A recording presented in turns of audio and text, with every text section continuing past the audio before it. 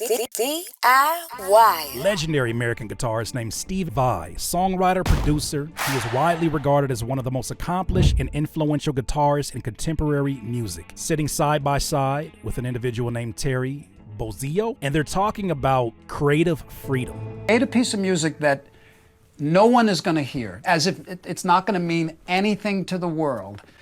No one's going to hear it, but it's meaningful to you. So it creates an opening to just say, well, if nobody's going to hear this, then I could do whatever I want, right? Yeah. So there's no mistakes. Yeah. And also, who else is going to do it? Who else is going to do it? Nobody else can. Only, because this is my authentic experience, right? Yes. So, I mean, you can say anything you want about how my music sucks or this, that, and the other, but nobody else has done it because it's coming from inside me, right? Yeah. Jim. I feel like if a lot of us had this approach to making music, we would feel less pressure about putting music out. If you create it as if nobody was going to ever listen to it, just imagine the freedom in your decision making. Just imagine the amount of risk that you would take, because they don't quite feel like risk anymore. I think that we typically measure risk in music and in creativity by what are people going to say about this risky move? Because if not for that, how else would we measure how risky of a move it is? Who is it risky to? If this is just an extension of our creativity in the moment, who is it risky to? So I love what Stephen Vai is saying here, because I think that it relieves us of creative pressure, unnecessary pressure from outside factors that really shouldn't even have a voice in the experience of working on music in that moment. No one's going to hear it, but it's meaningful to you.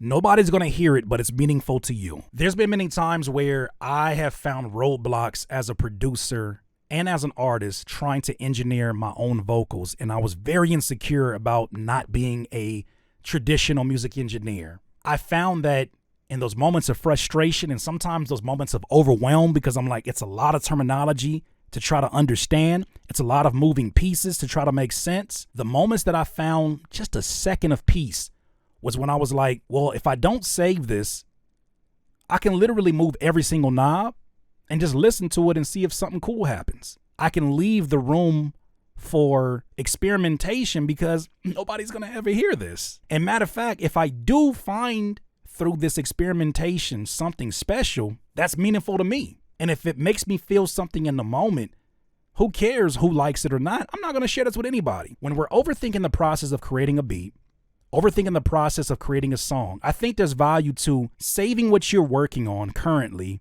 as version 2, hiding it within a folder that is not accessible in the main folder, and letting that secondary saved file be your experimentation file. You can treat creativity within that file the way that it was meant to be treated, with the ultimate childlike freedom. If you ask a kid, how do they jump from one roof to another roof, and they have imagination, they'll tell you things like, I'll grow wings and I'll fly over the top and then I'll jump to the next roof. And in their mind, they'll make it make sense. Why? Because there's no boundaries on their creativity. This is why children are the most creative beings on earth. We lose that as we become adults and we start to understand reasoning and logic and the things that the society tells us are not possible. I think that you get more in touch with that childlike creativity, that childlike curiosity, where you're like, I wonder what this would do. What if I just turn the knob all the way around? That's childlike creativity. And I think we lose that, especially the more experienced we become. So it creates an opening to just say, well, if nobody's going to hear this, then I could do whatever I want, right? Yeah. So there's no mistakes. Yeah. There's no mistakes. I think for a good chunk of my career, the biggest blockage that I came in contact with was this idea that I was doing everything wrong. This idea that I wanted make my drums sound like the right way. Oh, well, Dre mixes it like this, or, oh, Just Blaze does it like this. This is the right way. Okay, so then I'm not done until I have achieved the right way. But in the midst of me doing that, it created these blockages because, one, I didn't have access to the equipment that these gentlemen had. I didn't have access to the details of how they did what they had. I was just guesstimating. And so with that, I lost touch, or I never got in touch until years later with the most important ingredient in all of that, which is, what do you do, Curtis? What do you do different? What do you bring into the table that is unique? But in using this mindset to create, there are no mistakes, because who's going to define it as a mistake? And also, who else is going to do it? Who else is going to do it? Nobody else can. Only, because this is my authentic experience, right? Yes. So, I mean, you can say anything you want about how my music sucks or this, that, and the other, but nobody else has done it because it's coming from inside me, right? In the moment, in the now. This can put a lot of our stress as creators to rest, even if it's just for a moment. To give yourself sessions, to give yourself blocks of time where you say, dog, you don't have to be perfect. All I want you to do is try some new shit. And even if it ain't some new shit, just do something.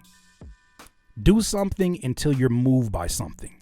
And when you're moved by that, keep moving into something else. Sooner or later, you're going to produce a result that'll inspire an entirely different beat, that will inspire an entire song. But you can't have those moments of inspiration unless you're in the doing, unless you're actually in the moment testing these things out. At the end of the year, many of you know that I take a break from social media for about a month. And I have the most peace. I do a lot of meditation. I'm just in a good headspace. But when I do start to ramp up and get ready for January, one thing that I do go through all of my plugins, my VSTs, and I start picking my favorite presets or creating my own presets customized based on songs that I've created that I enjoy from that past year. Me making the decision to do that for maybe just a week, that gives me freedom to not have to be perfect in the moment. All I'm doing is just discovering. And you think about when we had the most fun as kids, dog, we were just discovering. We were just figuring out, what does this playground have?